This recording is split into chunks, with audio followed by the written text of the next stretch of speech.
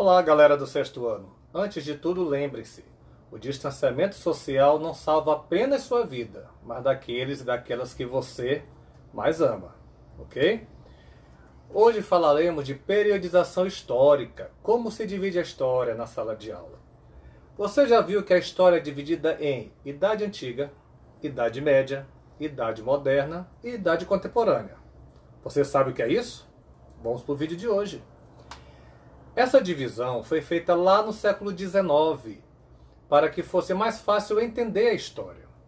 Agora vamos analisar essa divisão tradicional, e você vai aprender para nunca mais esquecer, ok? Vamos lá, galerinha do sexto ano. Periodização histórica é um método cronológico, ou seja, de tempo, usado para contar e separar o tempo histórico da humanidade. A periodização é o estudo da história geral da humanidade, que costuma dividir a história humana por convenção e exclusivamente para fins didáticos, ok? Períodos, como eu disse, são 5 períodos, épocas ou idades, ao que se denomina periodização clássica da história, como a pré-história, a Idade Antiga, a Idade Média, a Idade Moderna e a que vivemos hoje, a Idade Contemporânea. As ocorrências significativas para a história geral, tomando como referência a Europa, é que delimita essa divisão. São invenção da escrita, 4000 AC, queda do Império Romano em 476, tomada de Constantinopla pelos turcos, o fim da Guerra dos 100 Anos na Europa, toda a Revolução Francesa, toda a periodização ela é marcada pela história da Europa, e assim nós passamos em sala de aula.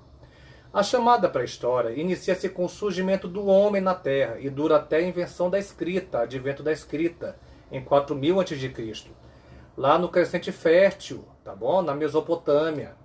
Caracteriza-se, a grosso modo, pelo nomandismo e atividade de caça e pré-coleção. Surge a agricultura, surge a pecuária, coisas que nós veremos nas aulas sobre pré-história, ok? Formação das primeiras cidades. Foram feitas grandes descobertas, sem as quais hoje seria muito difícil viver.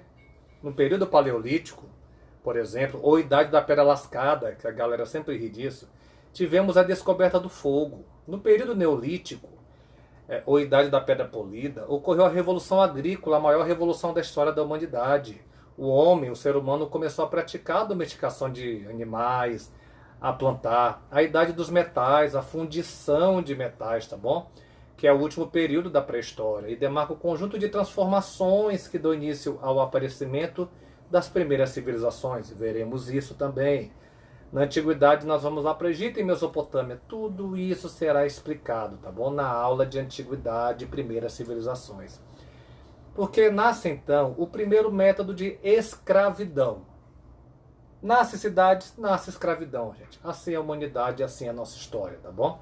E foram estabelecidas 4 idades após a pré-história, tá bom? Após a escrita. Idade Antiga, ou Antiguidade, que compreende cerca de 4000 a.C. até 476 depois de Cristo, que é o que marca a queda do Império Romano, tá bom? Onde surgiram as primeiras civilizações, sobretudo no chamado Crescente Fértil, voltando lá para a Mesopotâmia. Pelas possibilidades agrícolas, os primeiros habitantes do Egito, Palestina, Mesopotâmia, Irã, Fenícia, tá? Aí nós vamos o que eu comecei a falar, Grécia e Roma, tá bom? Quando cai Constantinopla. Aí vamos para a Idade Média, entre os anos de 476 e 1453 depois de Cristo, quando ocorre a conquista de Constantinopla pelos turcos, consequentemente queda do Império Romano do Oriente, vamos ver isso tudo. E vamos ter 3 culturas em torno do mar Mediterrâneo, que vai caracterizar-se na Europa pela produção feudal. Isso aí já é assunto do 7º ano, ok? Idade Moderna. O que é a Idade Moderna? Considerada a partir de 1453 até 1789. Ela começa da expansão marítima e termina com a Revolução Francesa. São os descobrimentos marítimos, o Renascimento, a Reforma Protestante, tá bom? Abaixo, deixarei tabelas sobre periodização eurocêntrica didática, tá bom? E nossos exercícios da semana. Não se esqueçam de responder. Idade Contemporânea. É o que vivemos hoje. Ela começa periodicamente. Não é que nós dormimos e acordamos na Idade Contemporânea. Isso é uma divisão dos historiadores, tá? Com a Revolução Francesa de 1789 e vem até os dias atuais, tá bom? marcando a nova ordem, são as guerras, é o fortalecimento do capitalismo, ok? Estou deixando os